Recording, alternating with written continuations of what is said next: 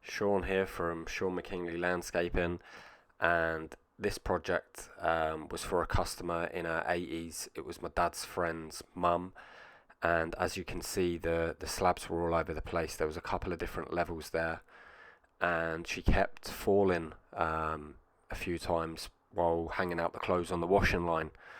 The paving that's down was down when the house was built in the 1960s, I believe, so well over 40 years old. Um, they're concrete 2x2 and 3x2 slabs, um, 2 inches thick, 50 mil thick, really heavy duty. Backbreakers they're called in the landscaping industry. Not many people lay them anymore. I know I don't like laying them.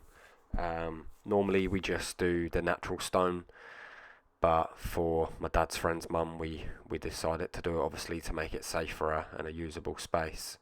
So here you can see we've sort of leveled out the area there a lot more, so it's not two different levels. We're then bringing in stone here. This is type 1 or blinding as we call it. It's like 28 mm down to dust, so about an inch, just over an inch down to dust. We spread that out and compacted it. Also compacted the ground there, as you've seen the soil layer first. And then we're just topping up our levels as needed. So yeah, it's a really solid base now. Here's my dad laying the first row. He's put a dead man in there, as you can see, just under the patio doors, and one up at the front door. He's moving that dead man now. That's just to get the line basically at either end, and you just lay in between. And yeah, we're laying this on a bed of semi-dry concrete. The bed's probably about 50, no, my dad actually, it's probably even bigger than 50, 60 mil he likes. He does quite a big bed. Concrete at this point wasn't that expensive. This was done a couple of years ago now. It's got a lot more expensive, so my beds now are like 40, 50 mil.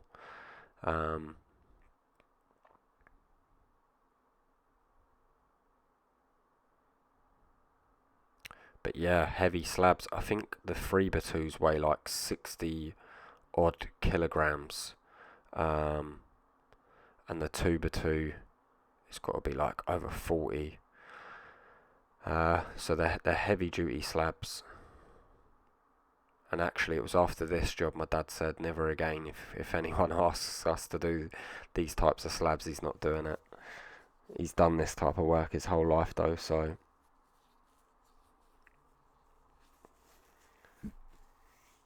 nowadays the concrete slabs that they produce are mainly, you get a lot that are only 35 mil thick, and they're just over a foot and a half by a foot and a half, or 400 by 400.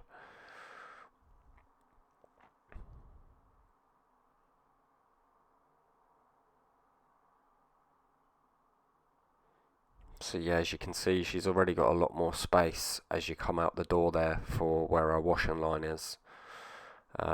We're just organising the slabs now, getting out the 2x2s. We found it on this job. Some of them were 600 by 600, 2 foot by 2 foot, and some were 610 by 610. I don't know if that's been, they've had the two different layers laid at one point or replaced slabs. I can't imagine them all being from the same manufacturer and laid at the same time, because you'd imagine they'd all be pretty uniform. You can actually see the colour variation in some of them slabs near the house, so yeah, it was probably that. But that was a bit annoying because it was throwing us out a little bit from our lines. We put them sleepers in, timber treated sleepers, 8 foot by what are they high? They're only like 200 mil high. We put two of them, so that give roughly about, it's a bit buried there, it's nearly about a foot drop.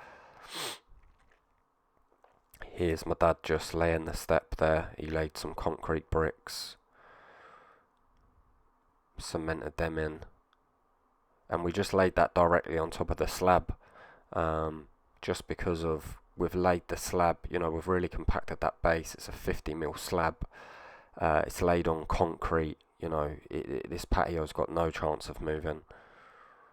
In fact, these slabs are over 40 years. I can guarantee you they'll get another 40 years, and there won't be half as much as movement, because normally they lay these slabs on quarry dust in Ireland, or paving sand elsewhere. So you're going to get movement. A lot of the time boys actually just laid it on the soil directly and let them settle in. Here we're just power washing the patio, and then we put this slurry in. This is like a rapid setting cement grout. It goes off really, really quickly, especially in the spring and summer months. So you've got to work fast. You can see me as I'm washing my dad's getting it into the joints with the squeegee. There's me doing it now.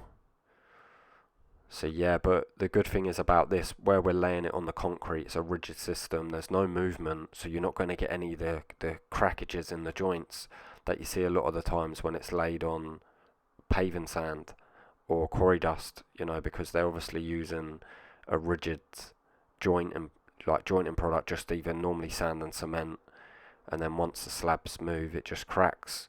And the good thing about this, you power wash your patio and it will still be, you won't get any weeds on it, you won't blow out any of the joints. Here we've just put a load of decorative stone down, put the fence back up for her.